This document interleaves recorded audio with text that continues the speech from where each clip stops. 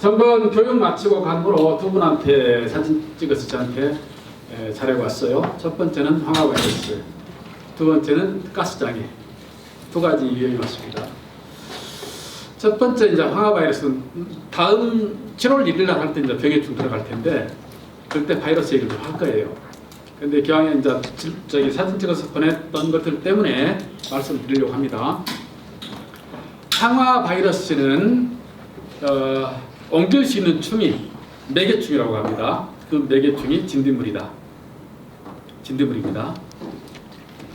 두 번째, 황화바이러스에 감염된 포장은 전반적으로 남의 세력이 약할 것이다.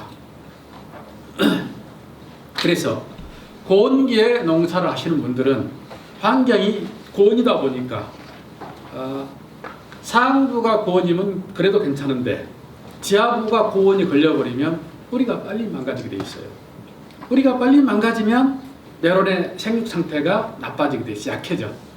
약해진 상태에서 진딧물이 흡습해서 다시 다른 데다가 찍어버리면 감염이 됩니다. 작년 같은 경우 청북 진천이 한 200농가가 200동을 뽑아냈어요. 원심 자체를. 그래서 200동을 뽑아냈는데 200동이면 돈으로 따지면 얼마입니까? 한 동에 400만 원 잡자고. 400. 10동이면 4천, 100동이면 4억, 200동이면 8억이 사라져버린 거예요. 그래서 황화 바이러스를 예방하기 위해서는 온실 주변에 있는 잡초를 제거해라. 이게 첫 번째입니다. 잡초를 제거하니 그냥 낫으로 빕니까? 여러분들 어떻게 합니까? 제초제 써야 돼. GAP는 제초제 밭둑에 치는 건 괜찮아요. 무기농이나 유기농은 제초제 쓰면 안 됩니다. 밭둑도. 근데 GAP는 괜찮아. 제초제를 치시는데 제초제를 칠 때 반드시 거기다가 진딧물 약재 중에서 싼 약이 있어. 싼 약. 그게 뭐냐면 과수에서 주로 쓰는 강타자라고 하는 게 있습니다. 강타자는 고추에는 등록이 되어 있어요. 근데 메론에는 등록이 안 되어 있어요. 이 강타자를 물 한 마리에 40cc를 쓰게 되어 있거든. 가격이 싸. 500cc 한 병에 7,000원이 날 겁니다. 그래서 이걸 40cc를 한 100cc 넣어버려. 싼게. 도각에 타가지고 제초제랑 같이. 그래갖고 주변을 살포를 해버려라. 그래서 아예 주변에서부터 진딧물이 기생하지 못하도록 만들어주는 것. 두 번째가 온실 내부에 진딧물을 제거해요. 진딧물이 살 수 없는 환경을 만들어주자. 여러분들이 보시면 오늘도 지금 저기 전남 곡성에서 사진을 찍어서 하나 보냈더라고요. 이파리 위에가 하얀 가루가 떨어져 있어. 하얀 가루가. 그러니까 이 농가가 그래도 농업을 전공한 친구인데 내가 교육을 몇 번 해줬어. 해줬는데도 불구하고 이것이 무엇인지 모르겠다고 사진을 찍어서 보냈어요. 사진 찍어 보낸 걸 내가 딱 확대를 하니까 진딧물이 보입니다. 이파리 이쪽에 진딧물이 보였어요. 근데 4일 전에 진딧물 약을 쳤어. 그 약이 뭐냐? 팡파리예요. 팡파리는 진딧물하고 가루 1을 같이 잡아요. 팡파리를 쳤는데 치고 나니까 약 맞은 놈들이 이파리 위에 떨어진 거예요. 안 보여. 사진 찍어서 확대하니까 보여. 자, 그런데 일단 여러분들이 진딧물을 먼저 확인하려면 이파리 뒤쪽이 붙어 있기 때문에 생장점 부분에 버글버글하면 바로 찾을 수가 있지만 입이 다 큰 것들 이파리 뒤쪽에 붙어 있으면 찾아내기가 초반에는 굉장히 힘들어요. 여러분들이 찾아내는 시기가 언제냐면 진딧물이 탈피해가지고 한 2, 3세대를 거쳐가 그럼 밀도가 높아져. 밀도가 높아지면 얘들이 흡집하고 난 다음에 오줌똥을 싸. 그래서 밑에 있는 입에다 떨쳐. 그러면 입이 시커멓게 변해. 이걸 감로 현상이라고 해요.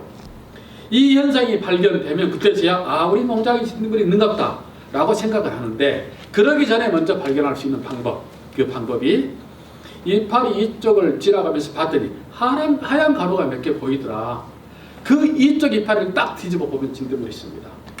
이 진딧물이 한번 옷을 벗었어. 이 옷을 벗은 껍데기가 이파리 이쪽에 떨어져 있다. 그런데 이 진딧물은 지가 혼자 이동을 거의 못합니다. 옛날에 제가 이제 광주 농구를 나왔는데 고등학교 다닐 때 진딧물은 지가 혼자 못 가니까 무엇이 옮겨준다?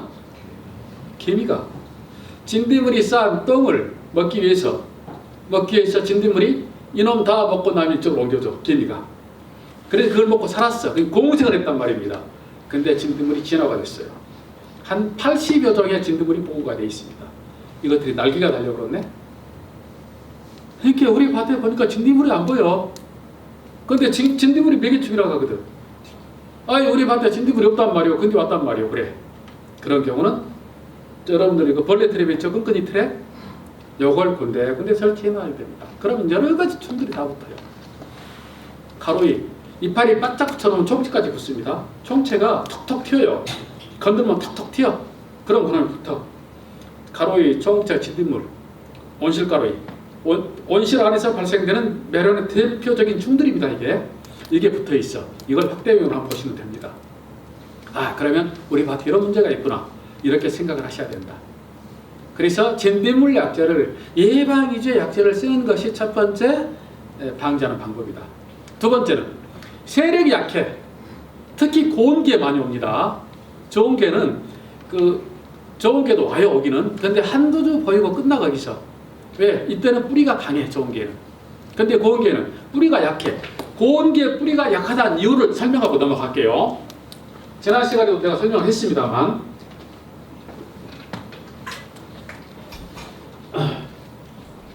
하우스가 있고 도둑이 있습니다. 도둑이. 여기에 메론이 심어져 있어요.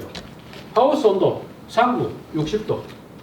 여름에, 한여름에 내가 걸어다니니 50도. 상부는 60도예요. 내가 걸어다니는 데는 50도예요. 그러면 이 지하부의 온도는 몇 도나 될까라고 하는 겁니다. 이 지하부의 온도가 38도.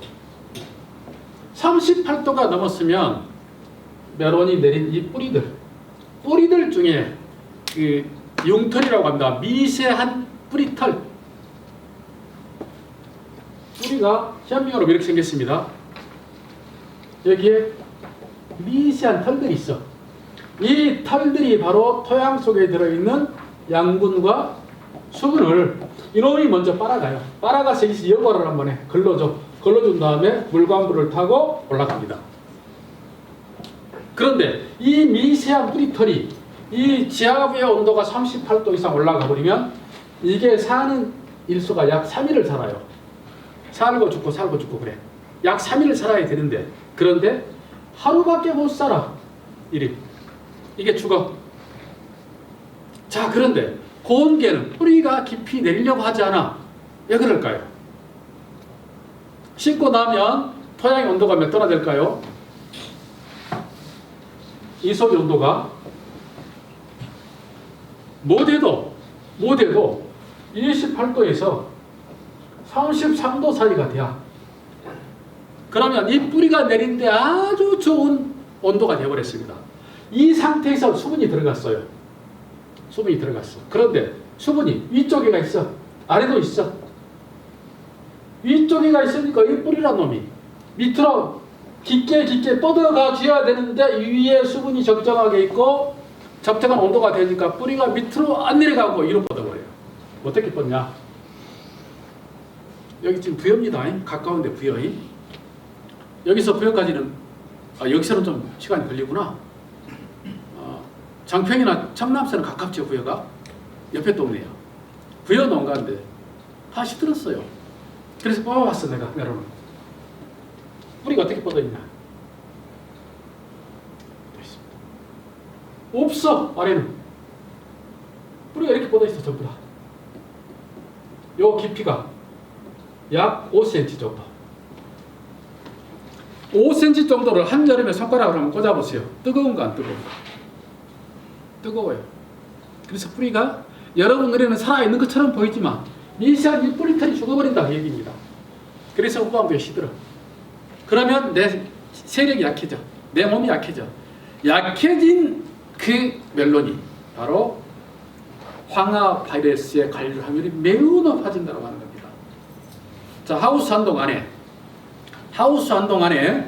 천주를 심어놨는데 천주 중에 일정한 부분에 지금 황화 바이러스가 와가지고 거기는 나무가 정상적으로 크지 않고 과일도 네트가 나오다 말고 크지도 안 해버리고 그렇게 딱 붙어 있습니다. 그런데 다른 데는 괜찮아. 다른 데는 괜찮다면 다른 데는 뿌리가 강했을 것이고 지금 항아바이러스가 내 눈에 보였던 그 나무들은 뿌리 상태가 약했을 것이다. 이것은 정설이 아니고 가설입니다. 제가 전국을 다니면서 계속 지켜봤던 그 경험치를 가지고 지금 가설을 만든 거예요.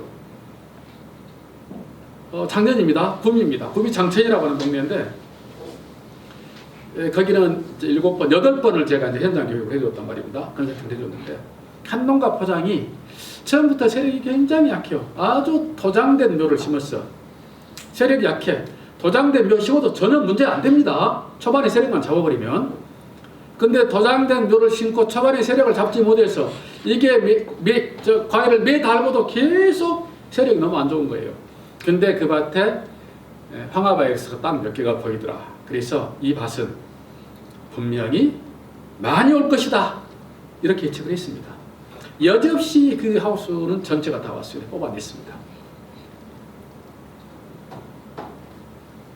진천 지난번 시간에 잠깐 얘기했죠. 200동 뽑아낸 뒤 그 농가들이 워낙 피해가 커서 내가 5농가를 샘플링 해가지고 조사를 했단 말입니다. 한 하우스 안에 항아바이러스가 육안으로 감별이 가능한 거 채취하고 한 하우스 안에 전혀 이상이 없고 싱싱한 놈을 채취를 해가지고 분석 의뢰를 했더니 바로 다 나오더라 그 얘기입니다. 다 나와. 눈에 보이는 놈, 안 보이는 놈 다 나와. 요 얘기가 뭔 얘기냐. 내가 이 바이러스 그냥 보기는 돼 있다 할지라도 내가 몸이 강하니까 버텨나가는 겁니다. 그래서 세력을 키워야 된다. 세력을 키우기 위해서는 첫 번째 여러분들이 멀칭을 뭘로 해야 할 것이냐. 지원을 낮춰줘야 돼.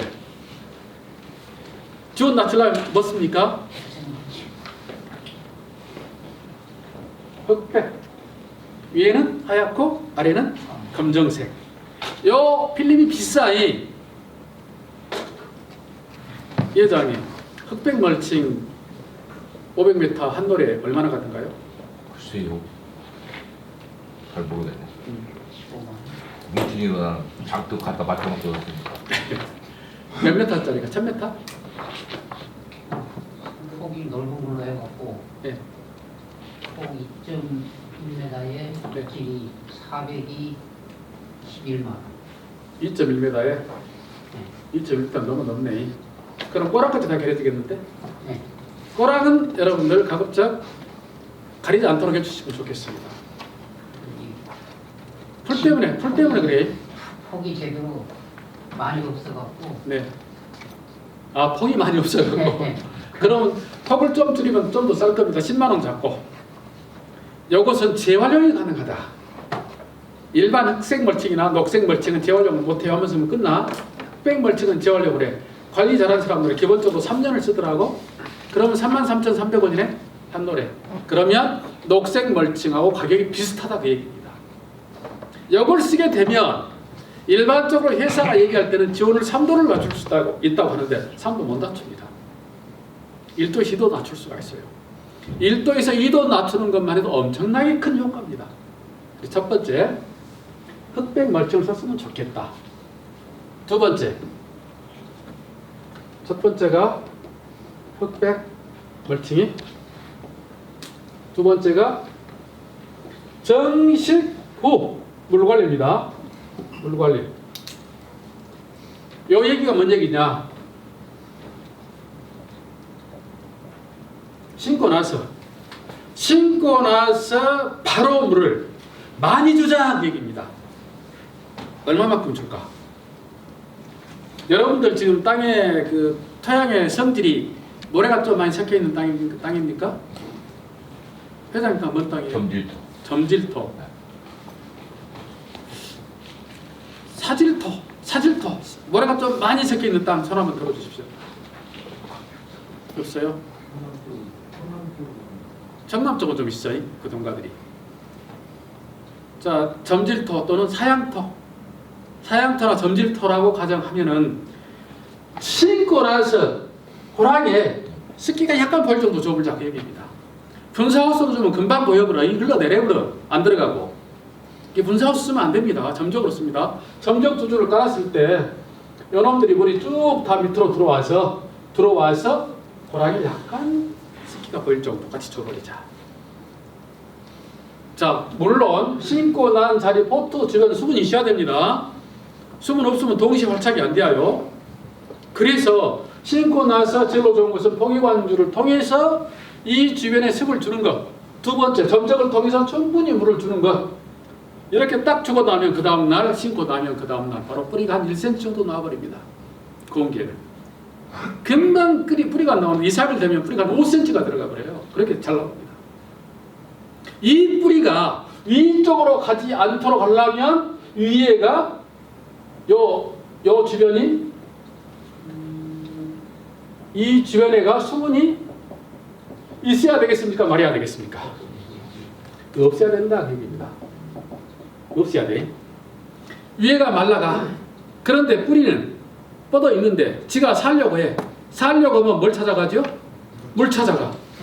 물을 찾아서 깊게 들어갈 수 있도록 만들어주는 방법. 역의 세력을 키울 수 있는 방법이라고 하는 겁니다. 그래서 초기 관리에서 정식하고 나온 다음에 충분하게 물을 준다. 그리고 말려라. 언제까지? 약간 시들시들해도 괜찮아요. 약간 시들시들하면 뿌리가 더 물을 찾아서 깊이 들어가려고 해. 이거 세력 잡는데요. 첩이 한 번만 딱 줘버리면 바로 세력 잡습니다. 세력이 좀 약한다 할지라도. 아랫잎이 큰 것보다는 아랫잎이 좀 적은 게 괜찮아요. 아랫잎이 컸다라고 하는 것은 굉장히 세력이 좋다는 얘기예요. 초반부터. 근데 초반부터 세력이 좋다라고 하는 것은 이쪽이 수분이 많았어. 비료도 많았어. 그러니까 뿌리가 땅속에 안 들어가고 이쪽이 많이 뻗어버려요.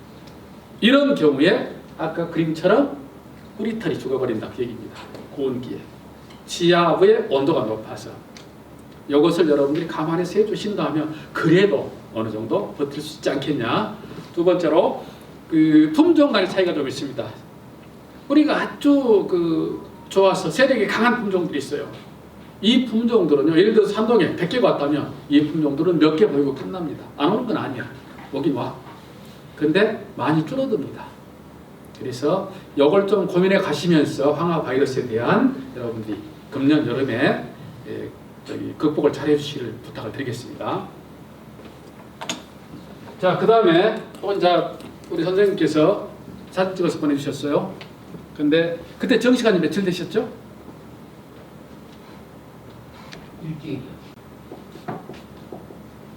일주. 약 일주일? 정확히 날짜 계산을 못하고 있다니. 약 일주 정도 됐어. 일주 정도 되면 세력이 확 살아납니까? 안 살아납니까? 약간 보대낀 듯해. 약간 보대낀 듯 하니까 옆에 농가 선생님 죄송합니다만 지금 농사하신 지 몇 년이나 되셨죠? 10년. 10년. 옆에 농가에서 뭘 줘라겠냐?